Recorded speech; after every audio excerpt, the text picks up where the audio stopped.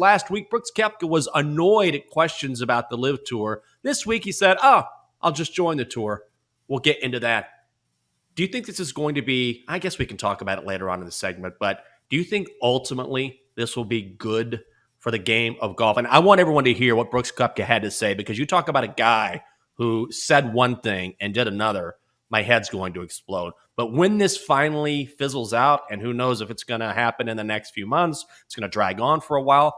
Will this be good for the sport? Do you think it draws more people to the sport, particularly with Tiger only playing majors?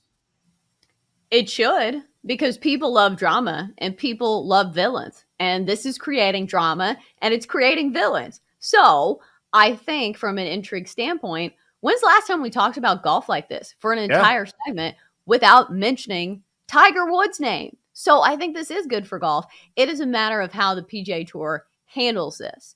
Because if they play their cards right, this will be a huge advantage for golf and viewership, because they already have people's attention.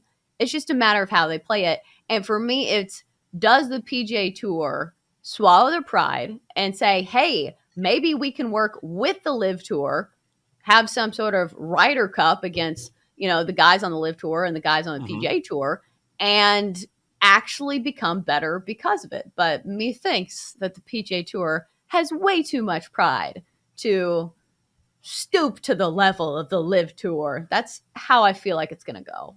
Chelsa, please use the phrase "methinks" more often. It really classes up this show in the morning. I'm a big fan of that. Let's talk about this, because I just want to get right to it. And it's amazing how this has gone down over the past week or so, because Brooks Koepka, a 4-time major winner, has joined the LIV Tour.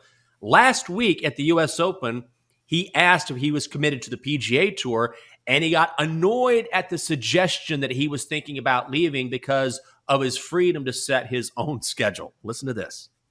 I mean, there's been no other option to this point. So where else are you going to go? LIV. I mean, as of last week, that's it. I wasn't playing last week. So I'm here at the U.S. Open. I'm ready to play U.S. Open. So, and I think it kind of sucks too. Y'all are throwing this black cloud over the U.S. Open, and I mean, it's one of my favorite events, and I don't know why you guys keep doing that, but the more legs you give it, the more you keep talking about it. I mean, I can come out here and play as little weeks as I want. I choose my own schedule regardless what tour I play.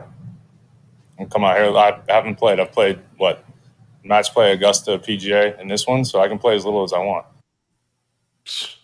Okay, guy. Well, then Koepka was asked by a reporter if there was a number that would tempt him to make the change. Is there a figure at which you would swap tours? Does that exist? Is it as simple as that? I haven't given it that much. I mean, I haven't given it that much thought. Really? I don't understand. I'm trying to focus on the U.S. Open, man. Like, I legitimately don't get it. I'm tired of the conversations. I'm tired of all this stuff. Y'all, like I said, y'all are throwing a black cloud on the U.S. Open. I think that sucks. I actually do feel bad for him for once, because it's a shitty. Like, we're here to play, and you're talking about some event that happened last week. Oh, yeah, because last week was so long ago. Oh, what was that, last week? Oh, terrible. I cannot believe the audacity of this guy to throw the blame on the reporters for asking relevant questions. And you know what? They were spot on.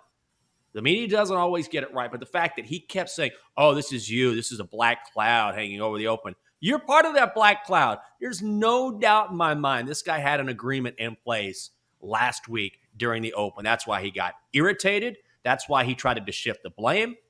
And I find it comical and insulting that he looks in the camera and acts like this is a non-story because it happened a week ago when it was asked. And here he is behind the scenes knowing he's going to leave Chelsea. What an absolute two-faced hypocrite. This is like when you ask a cheater if they're cheating. They always spin the blame on somebody else and they get super defensive. And you're like, wait, if you're not cheating, just say no. And that's that. But he was so defensive in this. And you're exactly right. This is why Brooks Koepka looks bad in this spot, because we all know it's not like the LIV Tour came up after the U.S. Open, in which Brooks Koepka did not play well. And they said, oh, now we're going to offer you a ton of money. I'm sure this offer was already on the table well before the US Open. So I'm sure he was thinking about it. I'm sure he probably already had some deals in places and he had already talked to guys. So that's what makes him look so hypocritical here, because he said all this. He didn't have to go that far in the other direction and say, oh, it's a black cloud. Well, maybe don't say that if you're considering going, because he just looks like a hypocrite here. Hashtag old takes exposed for Sir Brooks Koepka. There's a lot of different ways you can answer that question without being so defensive and whining and acting like it's the media's fault for asking the question. Now, I will also say that if he wants protection from the media, then the LIV Tour as of now is the way to go, because whenever those golfers on that tour, this happened to Phil Mickelson, other golfers who are playing on that tour now, whenever they're asked about the moral quandary of accepting millions of dollars but ignoring human rights violations, those LIV officials shut that down real quick. And I don't know if you saw a couple weeks ago as well that this was on Twitter. Alan Shipnuck is the author who wrote that unauthorized biography about Phil Mickelson, originally that got Phil in trouble because Phil responded to it. So Alan Shipnuck was covering the LIV Tour, and he posted a text message exchange with Greg Norman, who was running that tour. And it says, "Are you aware I just got muscled out of Phil's press conference by a couple of your goons?" And Greg Norman responds, "I didn't hear. Thanks for letting me know." And then Shipnuck responds, "Well, that's funny because," and he had a picture of Greg Norman right behind him as he's getting kicked out of the press event. So Norman knew the entire time and was playing dumb.